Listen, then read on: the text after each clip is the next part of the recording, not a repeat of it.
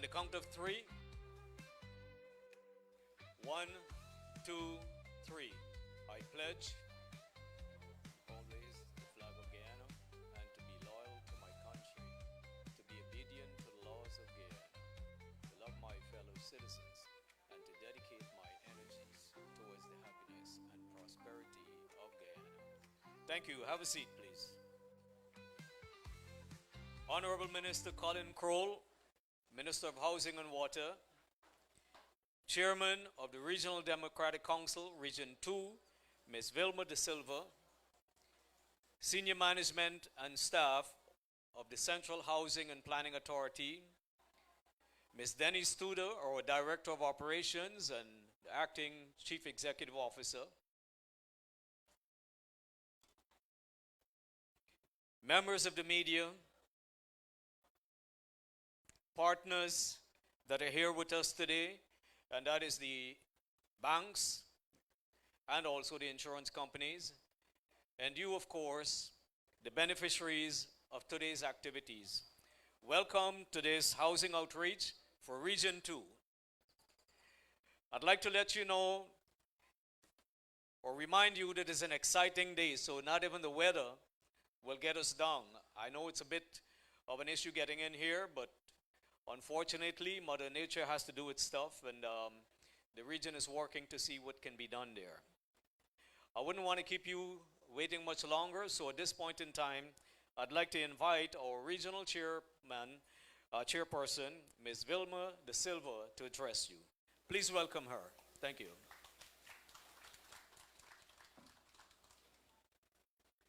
Thank you, PS.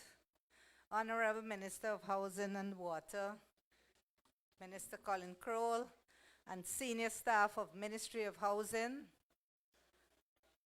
and of course, Region 2, you the beneficiaries. A pleasant good morning. I am indeed delighted once again to have in our midst our Honorable Minister, who has been working along with his team tediously to ensure that everyone has a house lot and ownership. Because as you know, back in the days, we had a lot of squatting. And I want to take this opportunity to commend our minister for the hard work that he has been doing to ensuring that we don't have such activities again and you have title to your land. And this is what we're calling a caring government. We want to ensure that our people have some sort of title and not squatting, that you can't move forward. And I want to commend him from the bottom of my heart for seeing that this does not happen again. And we have been, I think, Minister will speak how many backlog of applications we had in the system. And to date, he will give you the figure of how many persons benefited from their transport, that they can have something. Old people have said a kagaj in their hand now, that they could go to the bank and have their, homes built and built in a proper manner, legally. So our government wants to ensure that our people are legal and nobody can come and take that away from them. And you have collaterals now that you can go to the bank.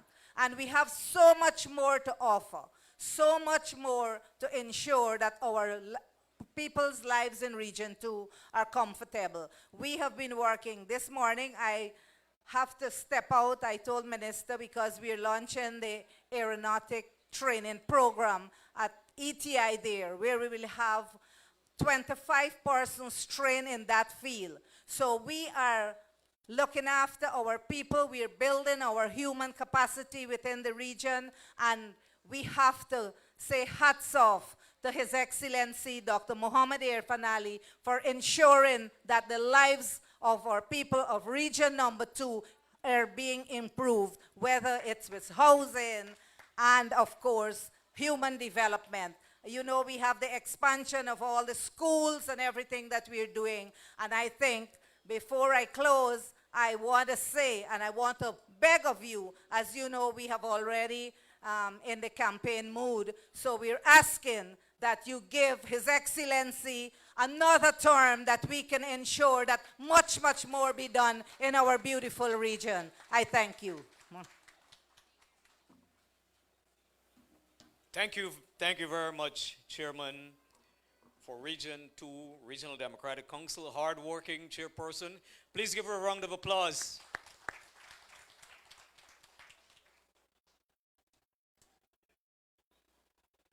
Ladies and gentlemen, brothers and sisters, fellow citizens, as you know, this exercise reflects our government's ongoing commitment to ensuring that every citizen has access to adequate housing.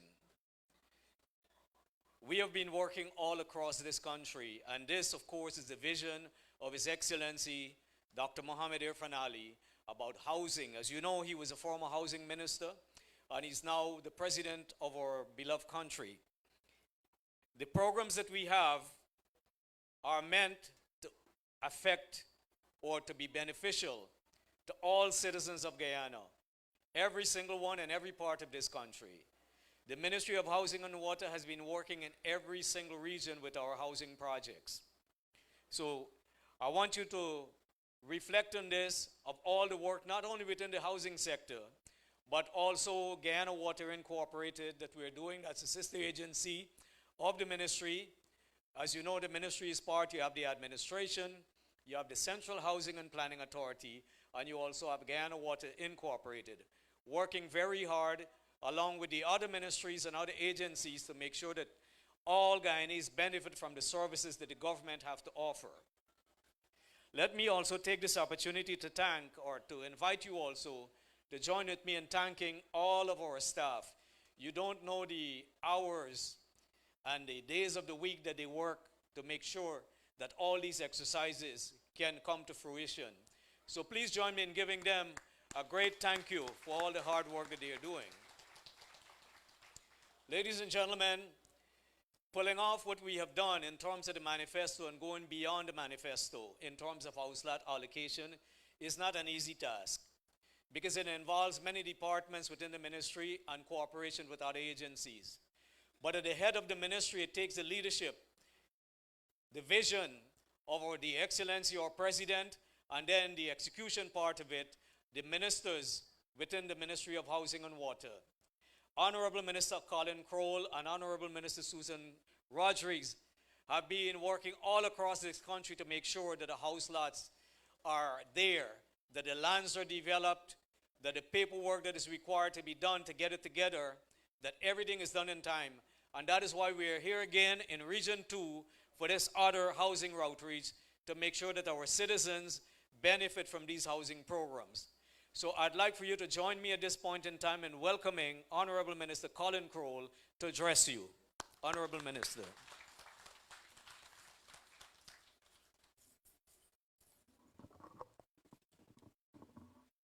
Thank you very much, our Permanent Secretary, Mr. Bisram Kupen. Recognition to our Regional Chairperson, Ms. Vilma De Silva, the Director of Operations for CHPA and performing the responsibility for Central Housing and Planning Authority, Ms. Denise King Tudor, somewhere under the building. Oh, at the side. You always have to look for her because she's always among the staff. The staff of CHPA, who you see here this morning in the uniformed color. We have representatives from the banking sector, insurance companies, Guyana Water Inc., members of the media, but more importantly, you who are here this morning from Essequibo Coast. A very good morning to you. And just like the weather, we sung a bit lukewarm. So let me go again. Good morning to you. Thank you, much better. And we are here today, a continuation of our program in the housing sector. And first of all, I want to start off with a recognition of our commitment. Because you'll recall only a few years ago, In fact, 5 years ago, the housing department was housed downstairs at the RDC building. And then recognizing that we're doing more, the expansion of services, a need for us to strengthen our arm in the region, we then received this building on my left through the regional administration of Region 2, and I want to publicly thank them. And so this area in which you are at is basically a government service hub, you can see, because as you come in, you see various sectors that deliver service to the people of Region 2. And following this now, you will see some improvements in terms of the aesthetics as well as from infrastructure work, so that we can have the area reduced from any flooding, etc. So that's our first commitment that we made, and that is to ensure that we can have an independent section to deliver our service. We said to the people of Guyana, when our presidential candidate came to you, even at rallies, etc., said to the people of Essequibo that, like what has happened, what is committed for the rest of our country, Essequibo is no exception. Now, the demand for housing and the demand for land continues to grow. The demand for land has competing interests. So here in Essequibo, for example, you have private owners or persons who have leases for mainly for rice production, or in some cases farming. You have some that are under state land. So then the usage in terms of being able to develop further for housing is a variable that has to be taken into consideration. So when we got in, we said to Guyana Lands and Survey Commission that we need additional lands. And so we received additional lands at Charity, and then which is where you know as St. Joseph and Buxton. And then you had additional lands on the Niming, which is basically the phase 4 of on the Niming. I want to ask you to bear with me. The staff will deal with each one of you today that are here. But it's important for us to understand the context. It's not just about turning up here and we push our hand in an envelope, we collect a number, we think that's it.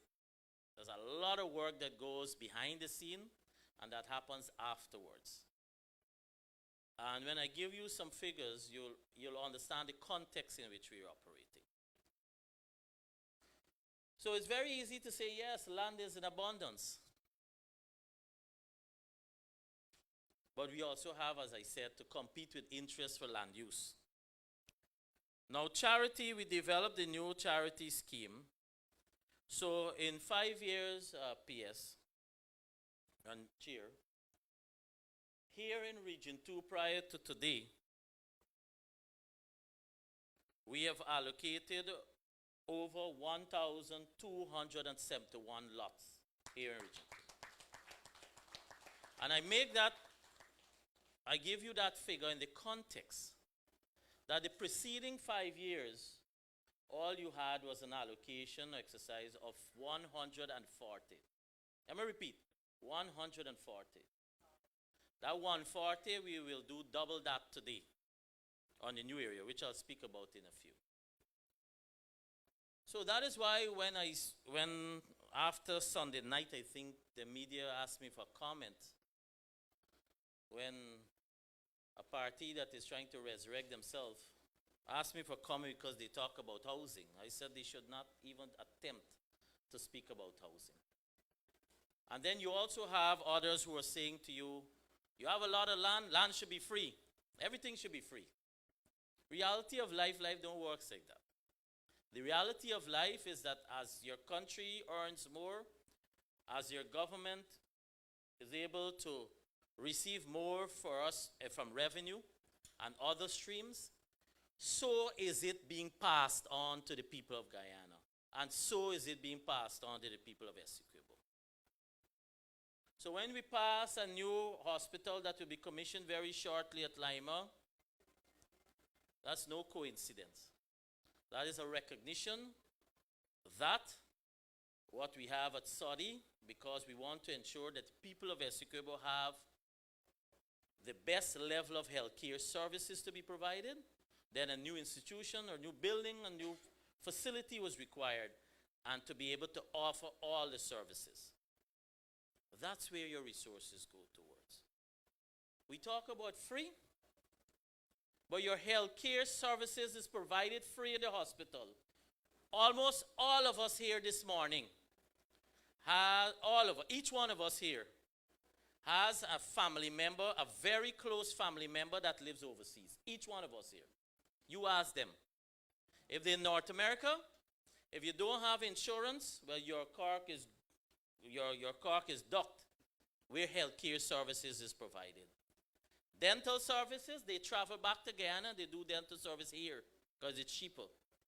So the services that are being provided now more, whether to be able to have your scan done, whether to test or do certain tests, is no coincidence. Is being provided free of charge to the people of Guyana. That's where your resources is passed on. When we speak about building new schools and rehabilitating and pulling down and building out new schools and have expanded classrooms that is state of the art, so you have modern teaching being done. We talk about expansion of the University of Guyana here in the region. That's where your additional resources go towards. Therefore, in every sector, and you'll hear more as the coming days, but in every sector, you can look at and examine and realize that the passing on of the resources is done through various means.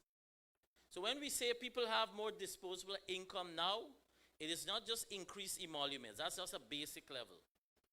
It is speaking towards where our pensioners in the past, 5 years ago, your pension was $20,500. We said we'll double it. You're getting $41,000 now. It is saying to you now, the pensioners, in the past, when soon as you get your money, you have to buy eye drops and other basic tablets, etc. We forget.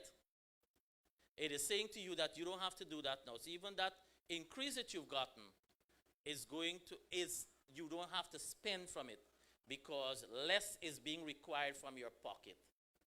Whether it's for your children, welfare, education, in terms of not having to buy their textbooks anymore, that is being provided in the school to every child now. A few years ago, this was not happening.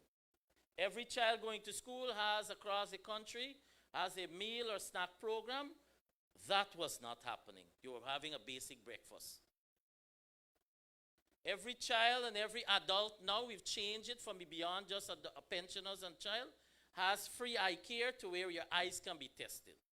Of course, if you want to look like young boy and so like a chair, you got to pay more for your spectacle. But a voucher, a young girl and young boy like myself, you have fancy spectacle, you got to pay more, right? But a voucher is provided for you to be able to redeem a spectacle for your child and for yourself. That's where the additional resources is going. We've introduced a new universal health voucher to even do more testing that you want to do that is not even providing the health services. You can do it privately. That's where your additional resources is going towards. So it's very easy to stand on the stage and say, from tomorrow, each one of you pensioner here should get a minimum of $100,000. Each one of you who earning the minimum wage should be $400,000. It's very easy to jump on a pulpit and say it out. You have to say how you will do it. It's very easy to say lands should be delivered free of cost. And by the way, the cost that you're paying for your land today is heavily subsidized. And we have not increased put any increase on the value of the land that we charge towards you. Because when I speak towards the infrastructure, you'll understand it costs a lot of money. Shortly, when I speak on the area, you will see what you're getting. Because for the last month, I've been seeing comments that say, it's election time, they come in. That's what you're hearing. It's election time, they come in. You must be saying to yourself, you're getting your house slap because it's election time. But I just said to you, you got here in this region over 1,000 plus. It wasn't elections announced yet. So you understand the difference. It is a continuation of our commitment to deliver to the people of Guyana as fast as quickly from our system, pending applicants. So today, on the housing side, we are starting today's exercise with over 50,295 allocations. And then when you take into consideration what even is being done on the lands and survey for housing aspect, we're way over 53,000. And this will continue. You already have heard us said. I'm just giving you a preamble, and very from Sunday you'll start hearing more about our manifest. You already heard us said. Our commitment is to ensure that we work continuously so that all of our citizens who are eligible can have access to their own land or home. That's our commitment. And therefore today, we have on offer a new area that we're going to be introducing. So this will be the third area in Region 2. And that is those who know the right pronunciation, but I'm told it's Huffanaurick, which is very near to Queenstown. What you're seeing there, just look on the left and the right. What you're seeing there is an overlay of the design for the area. So that's exactly how the area will be designed. Just pause if you can for me. That's exactly how the area will be designed. Pause the video, please. And then to the left, to the right, you see what the area is like? That's how the entire area is. And we will be putting the infrastructure work so that you can have a design, a housing area that will look like what you see on the overlay plan. And this afternoon at 4 p.m., all the persons who will be allocated today, so for those who haven't come yet and will be allocated, the persons who are allocating, please inform as they get their allocation. At 4 p.m., we will have an exercise on the ground. I'm going the extra mile. You see, housing is one thing that I like when they challenge us. And they say we're selling dreams, we're selling plans, and wherever else. Well, I'm taking you on the ground this afternoon at 4 p.m., and we'll show you where your area is. All right? Where you will be allocated.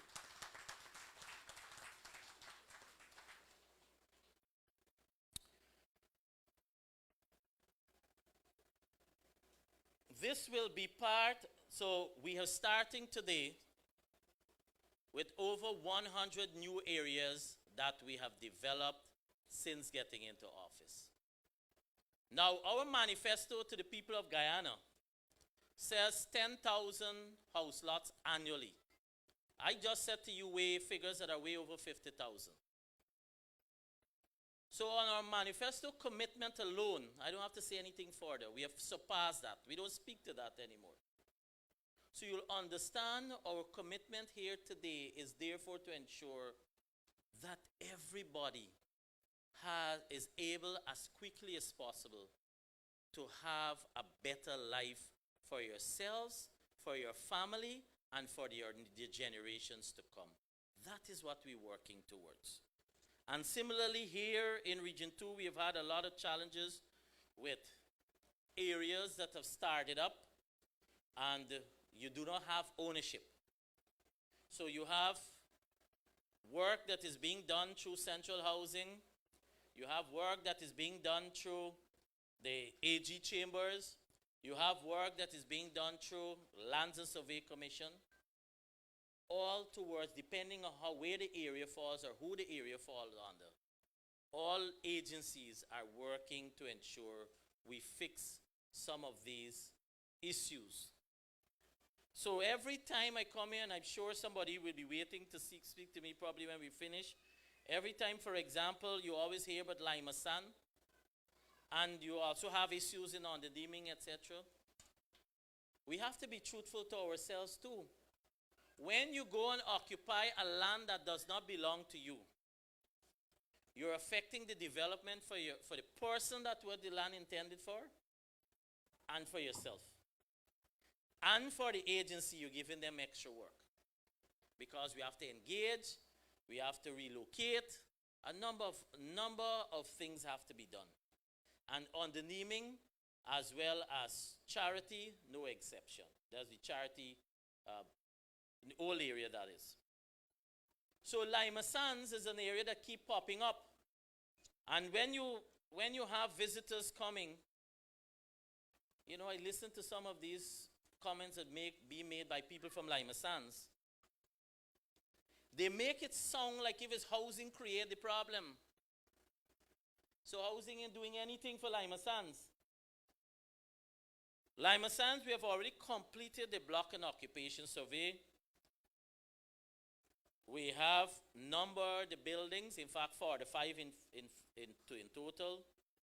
So we have an inventory of all those persons who have not been addressed. But some people want what they want. And there's a right way and a wrong way to do things.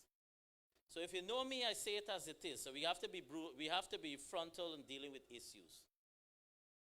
Nevertheless, the cadastral survey is being done or being completed.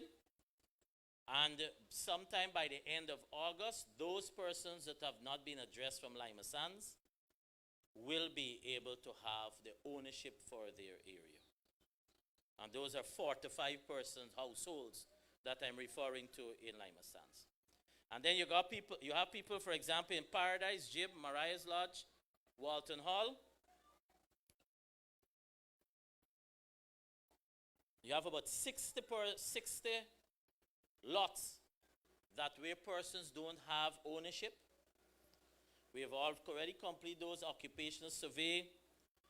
The cadastral survey is nearing completion, so simultaneously with the Lima Sands, those persons that were waiting in that portion will be able to receive their title for within Paradise, Jip, Mariah's Lodge, and Walton Hall. I'm giving you these reports, so if people of Essequibo, you have family members, you will understand. And there's a portion in that area where the old road had passed through, or there's a portion that was done because it was left back as a result of the realignment when they were doing the Essequibo Road. Then you have Good Hope Reserve. You have about 40 lots where persons don't have ownership. I'm giving you those that fall under housing. And so the team is working because every area has their plan. So the team is working to, first of all, get the plan so that we can determine the ownership. The ownership, in order for us to progress, is very important before we can move through. So in other words, in Essequibo, from 2011 to now, we have regularized a number of areas, over 226 lots. We have about 190 that are processing titles for areas for persons to receive ownership, because ownership is equally important. I come now to charity. There are persons who have been allocated in charity, and obviously you're asking when you will have access to your land. I can show you your lot today. That's not the issue. Charity, as you know, unlike the Pomeroon, has issues on flooding. And the work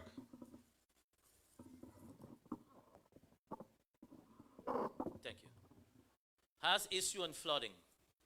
You would have seen in the news already, or you should have seen, this is being dealt with from 2 fronts.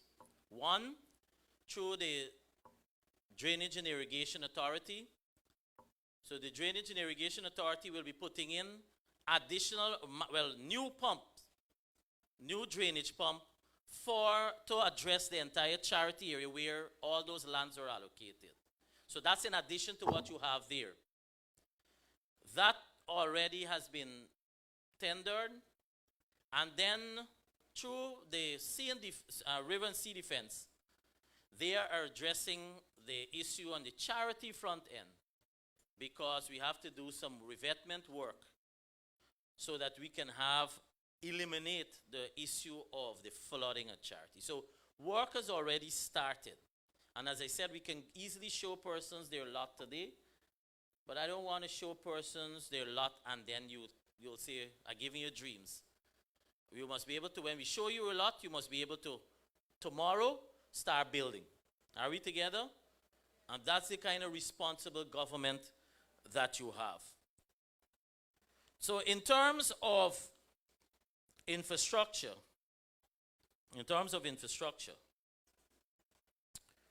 we have spent over $3.3 billion in infrastructure work here for housing development. But underneath the problem still continues of us every time having to go to address somebody who is not living on their right lot. And so we're going to be very aggressive in addressing these matters, because it is also being done by your own Region 2 persons. It's not outsiders coming. And they affect ultimately you.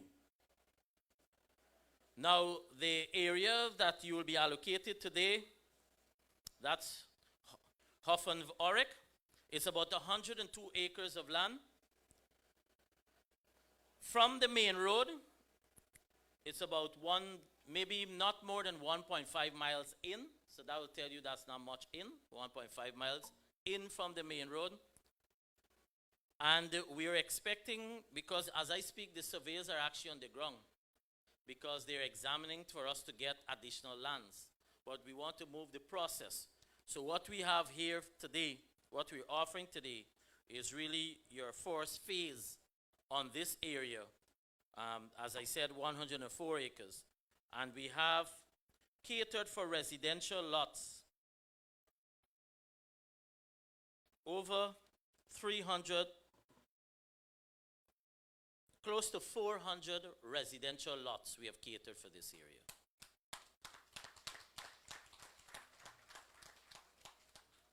So on offer today, up to 400 lots for pending applicants, based on your numbering that you came, for pending applicants that fall from December 31st, 2024 and prior. Let me repeat, December 31st, 2024 and prior. So if you apply this year, please don't waste the staff time. Right? And they have a number sequence that they're working with to serve everyone. Housing, therefore, is not going anywhere. Housing is not dependent on an election on September 4th. Once there is a People's Progressive Party civic government, there will be continued housing program in our country. So there's no need to have anxiety today. There's no need for you to, in a particular manner, feel that you're being neglected, etc. We're continuing the program. The last thing I want to speak on is to update you quickly on water, because I saw him in the corner here. I want to recognize your regional manager for GWI, that's standing in the corner, Mr. Gangram. You would have heard us speak continuously. And we still get comments on social media, so I'm going to repeat it again.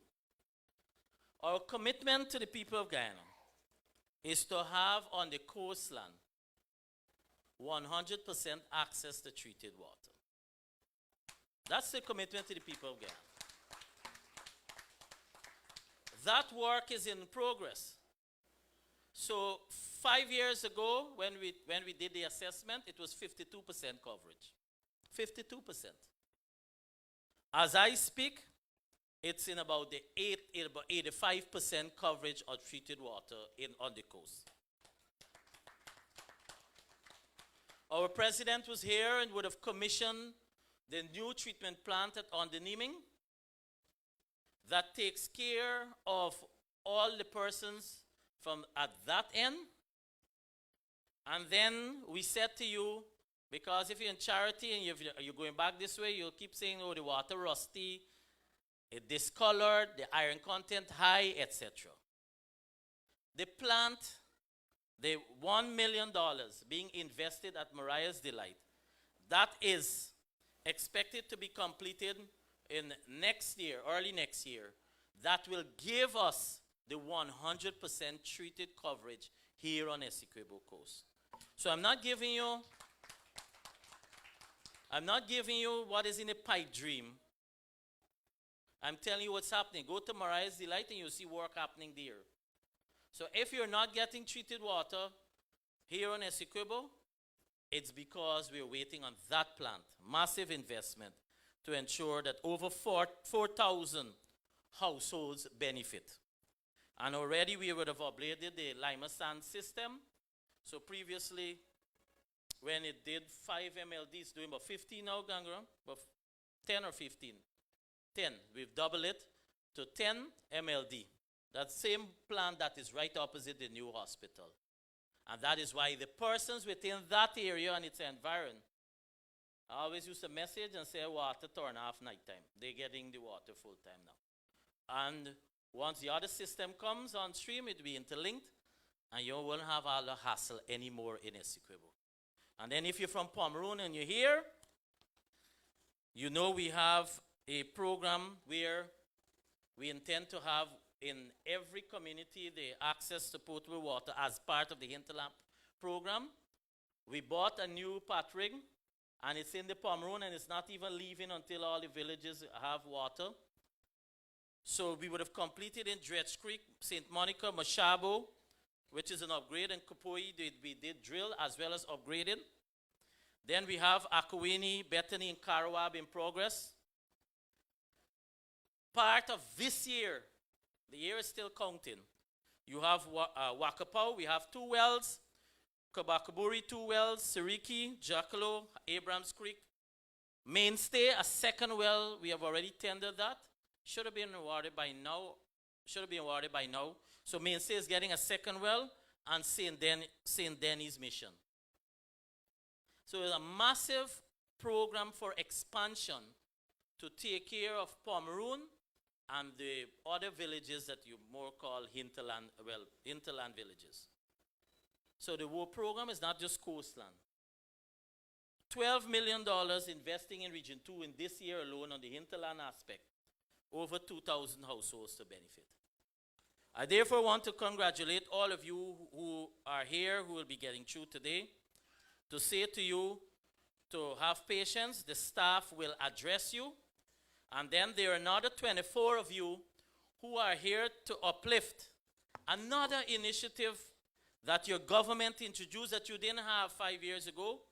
And it started by our president upon his announcement in 2022.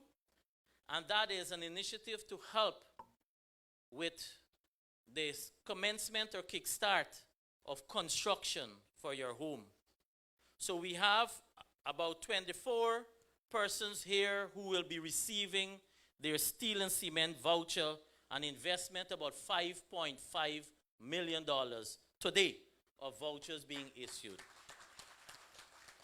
On this program alone, so when you want to know where your money is going towards, this is where your money is going towards. On this program alone, we have, prior to today, we have issued 189 vouchers for the $7.3 million investment through this initiative for Region 2 alone. And for the entire country, over $500 million for over 2,000 vouchers. So I want to therefore say to you, in conclusion, that there generally three type of persons when you talk about housing. You have those will try to sell you all the dreams, and they can't tell you how they'll do it. And so those are the wannabes yet to come. You have those that had their chance and did nothing. And then you have what is tried and tested. What is our commitment? What is our word? What we put in shrine is that we will deliver on. And you have continuously seen what has been the progress of housing and other aspects of our society under a People's Progressive Party civic government. And so I therefore say to you, on September 1, you will have your own time and initiative to make decisions for yourself. Nobody goes with you. So we can say what we want from here. You are going alone. But you will have your own conscience to guide you. You will have your own memory to guide you. You will have a disposal of information before you to guide you. It is for you to utilize what you have known to guide you further. And I'm sure you'll conclude that certainly the road that you know that has taken you safely and back wherever you need to would be the road you will need to travel on continuously under a next term with President Mohamed Irfan Ali. Thank you very much.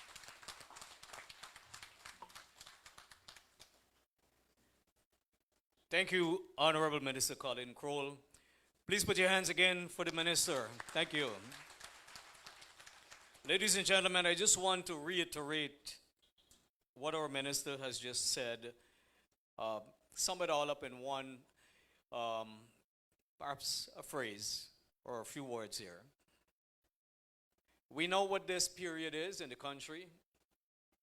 We know from day one when this government got into office, we have been working. Every single ministry, every single agency has been working, led from the front by His Excellency, Dr. Mohamed Irfan Ali, our President. At this point in time, people are making statements about the performance of ministries, and especially our ministry, as the Minister alluded to earlier. But you know, the proof is always in the pudding, as they say. The evidence is there. The commitments made by the government and the work of the ministry and all government agencies are there for you to see. So the choice is very clear as to what ministers just said. So I want to encourage you to be conscientious in how you proceed from here forth as to your house lot and also in decisions that you will be making shortly. So with that being said, at this point in time, I'd like to invite our housing officer, Ms. Bailey, to give us a rundown on how the process will take place today going forward. Give a round of applause to Ms. Bailey.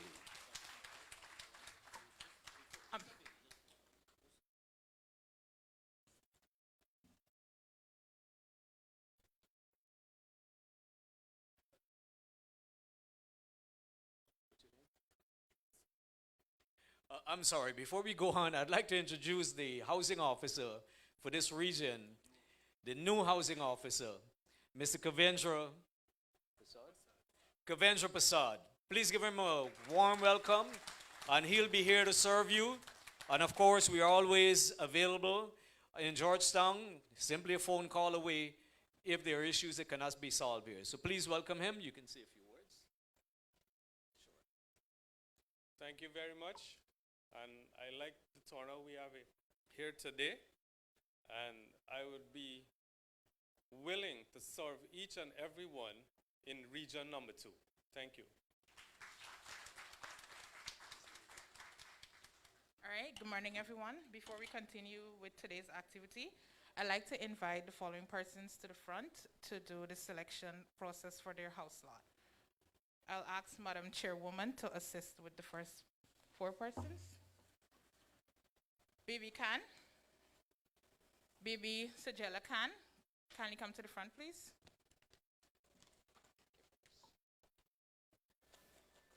Give the chairman, yeah. Pamina Lachman next. Hi, come to the front, please. To the front, yeah. Face the camera, yeah.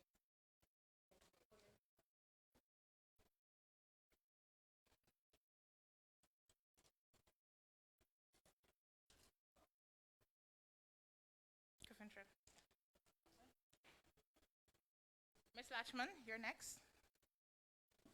Followed by Deviknan Gangu.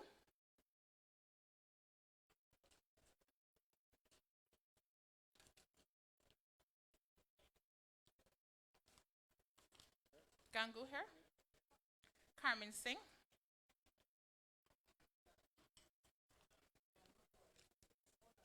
Gangu first, please. Just come to the front.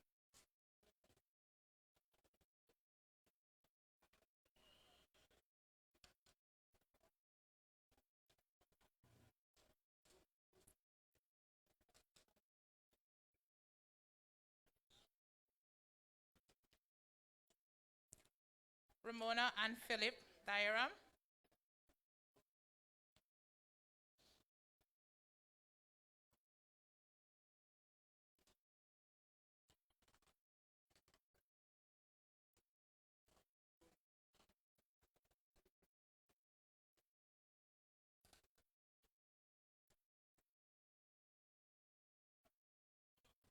Thank you, Madam Chairwoman. Yes, kindly assist us with the next following persons. Jasmati Anga.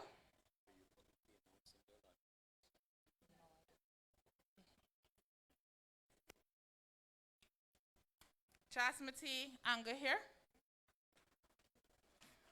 Followed by Basmati.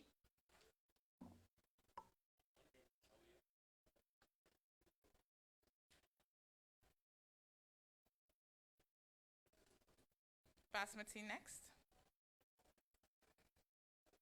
Basmati. Vanessa Culpepper.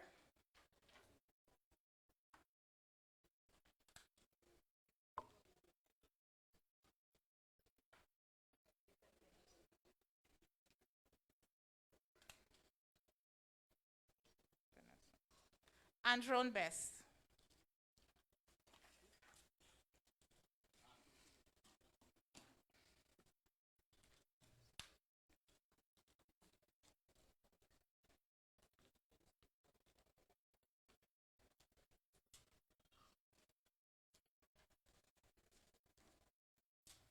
Thank you, PS.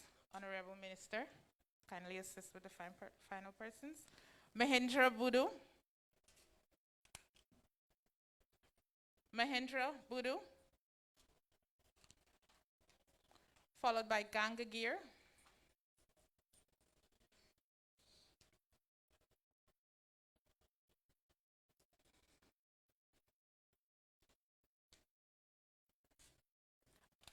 Anita Grosvenor.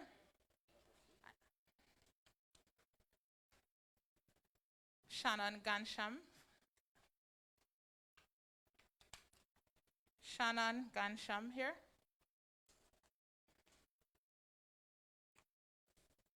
Chai Prasad Gangade, Chai Prasad and Nandini Prasad.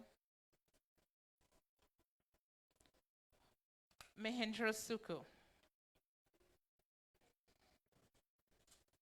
Him and then the other person.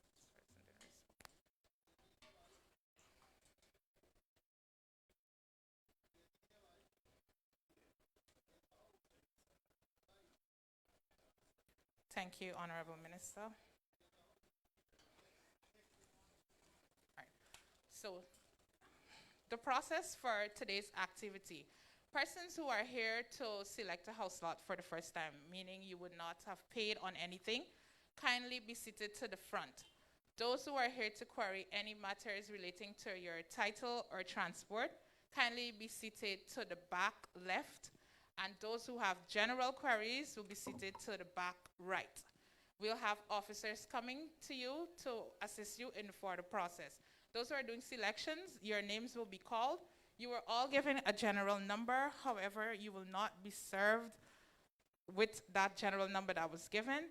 Once you come to the table to do your vetting process, then we will guide you through. You'll do your selection, your payment, and so forth, and the officers will give you guidance. Thank you very much.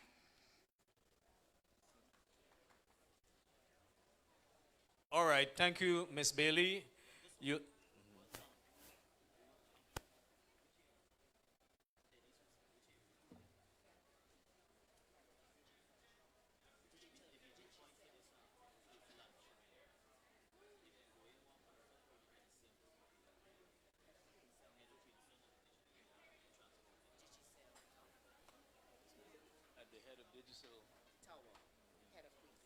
all right, for the showing this afternoon, you'll assemble at the head of the Queenstown by the Digital Tower, okay? Now you'll notice some of our employees in red t-shirts or polo shirts. Any questions you have, you can ask them and they'll give you directions.